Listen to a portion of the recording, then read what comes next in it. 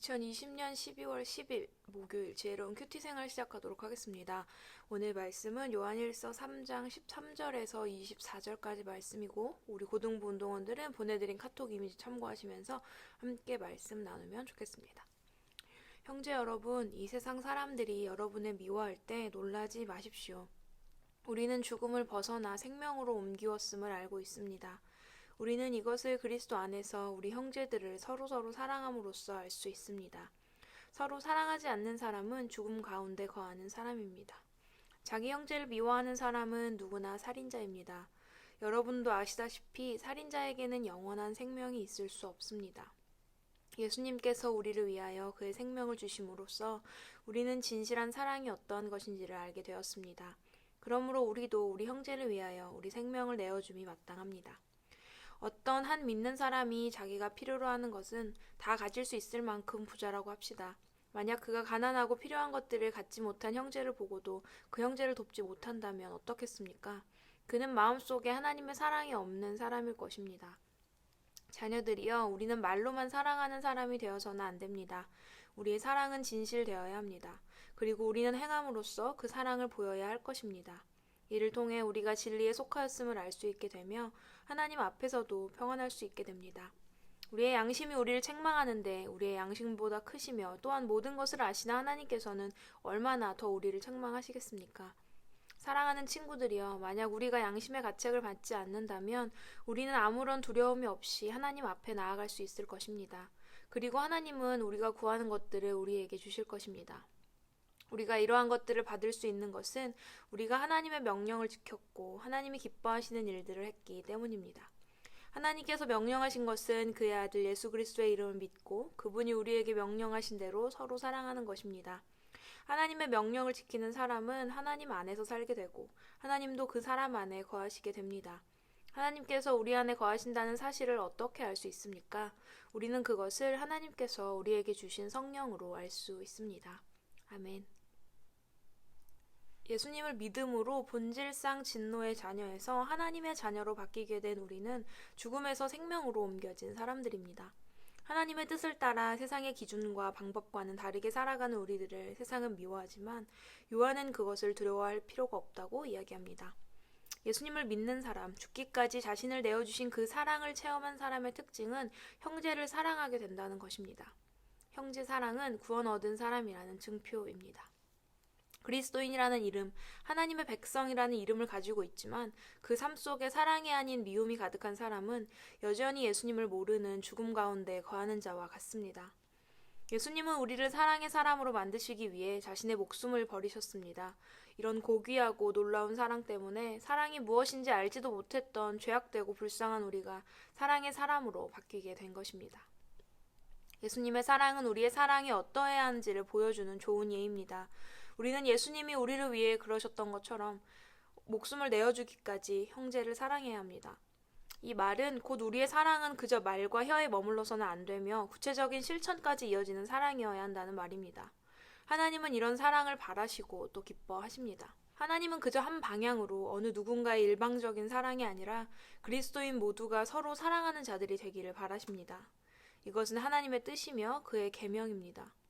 하나님의 이 계명을 잘 지키고 살아갈 때 우리에게는 많은 유익이 따릅니다. 우선 사랑하는 일 그 자체가 우리에게 큰 기쁨을 가져다 줍니다. 사람이 느끼는 가장 큰 고통 중 하나가 외로움과 단절인데 사랑하는 일 가운데 일어나는 교감의 기쁨과 사귐이 행복을 우리에게 가져다 줍니다. 다음으로는 하나님의 말씀대로 사랑하며 살아가는 사람에게 하나님이 약속하신 특별한 약속이 있다는 것입니다. 그것은 사랑의 계명을 지키는 자가 구하는 것은 무엇이든 주시겠다는 약속입니다. 하나님 말씀에 순종하며 사랑해야 한다는 것을 알지만 모든 사람을 사랑하는 것은 쉬운 일이 아닙니다. 누군가를 사랑하는 일이 늘 기쁨으로 베푸는 사랑이라면 참 좋겠지만 하나님 말씀에 순종하기 위해 노력하며 인내하며 품어내는 사랑도 있습니다. 그때 우리는 사랑하는 자에게 주시는 하나님의 약속을 기억하며 기도할 수 있습니다. 하나님, 사랑하기가 너무 힘들지만 사랑할 수 있도록 하나님의 뜻을 따를 수 있도록 도와주세요. 저에게 인내와 넘치는 사랑을 주세요 라고 기도할 때 하나님은 우리에게 넘치는 사랑과 사랑할 수 있는 환경을 주실 뿐 아니라 우리의 마음을 위로하시고 은혜를 내려 주실 것입니다. 오늘 이 말씀을 묵상하며 지금 나의 모습과 또 내 주변의 사람들을 떠올려 봅시다. 나의 사랑을 필요로 하는 사람이 있지는 않나요? 그런데 나는 그 사람이 원하는 방식대로 사랑을 표현해 주는 것이 아니라 그저 내 방식대로 사랑을 표현하고 있진 않습니까? 하나님이 하라니까 하긴 하는데 얘가 나한테 한 걸 생각하면 열받는데? 이 정도면 저 잘하고 있는 거 아닙니까? 라는 자기 만족과 자기 위안을 하면서 사랑하는 척 하고 있는 나의 모습은 아닙니까? 또 공동체 안에서 사랑하려는 노력조차도 하지 않는 모습으로 하나님의 낯을 피하게 만드는 일이 있다면 그 일은 어떤 일인가요? 이것을 덮어두고 모른 척하고 어쩔 수 없다고 말하며 극복하려는 시도조차 하고 있지 않은 나의 모습은 아닌가요? 대체 이것을 어떻게 극복해야 할까요? 어떻게 해야 될까요? 이럴 때 우리는 하나님께 기도해야 합니다. 사랑할 수 없지만 사랑할 수 있게 해달라고. 예수님이 죄로 가득한 우리, 용서받을 가치조차 없는 우리를 위해 귀한 생명을 버리시기까지 하나님의 말씀에 순종하며 사랑하셨듯이 우리들 또한 겸손함으로 순종함으로 형제를 끝까지 사랑할 수 있게 해달라고 말입니다. 이것이 하나님의 말씀, 하나님이 기뻐하시는 일임을 기억하며 끝까지 사랑할 수 있도록 내 마음에 사랑을 주시고 인내를 주시고 또 생각과 마음의 변화를 달라고 기도하는 일이 우리에겐 필요합니다. 또 나 자신을 돌아보며 나만을 생각해 달라고 내 마음을 알아달라고 상대방의 상황이나 형편은 헤아리지 않은 채로 무리한 요구를 하고 있는 나의 모습은 없는지 생각해 보기를 바랍니다. 왜 관계의 어려움들이 계속 찾아오는 걸까? 내가 무엇을 어떻게 바꾸어야 이 어그러진 관계들이 온전해질 수 있을까? 나는 무엇을 버리고 무엇을 배워야 할까를 하나님께 기도하며 구하기를 바랍니다. 사랑하는 것, 사랑받는 것 모두 당연한 일이 아닙니다. 하지만 우리는 그동안 하나님의 사랑, 예수님의 사랑, 교회 안에서 내가 받는 관심이나 사랑을 너무나 당연한 것으로 여기며 살아오지 않았나요? 오늘 이 말씀을 통해 하나님이, 예수님이 또 많은 사람들이 나에게 베풀어준 그 사랑에 감사하는 마음을 가지시기 바랍니다. 그리고 이제부터 항상 그 사랑을 기억하며 살아갑시다. 죽기까지 우리를 사랑하신 예수님의 그 사랑을 아는 자들, 감사하는 자들이 되어서 그저 말과 혀에 머무르는 사랑 또는 내 방식대로 대충 하는 사랑, 내가 받은 사랑을 당연하게 여기는 사람이 되지 말고 행함과 실천이 있는 예수님을 닮은 사랑을 하는 우리 고등부 운동원들이 되기를 소망합니다. 지혜로운 큐티 생활 87번째 시간입니다. 요한은 요한일서를 통해서 계속해서 우리 삶에서 예수님을 닮은 삶의 모습이 나타나지 않으면 하나님의 자녀라는 이름은 가졌지만 여전히 죄 가운데 거하고 있다는 것과 같다는 이야기를 하고 있습니다.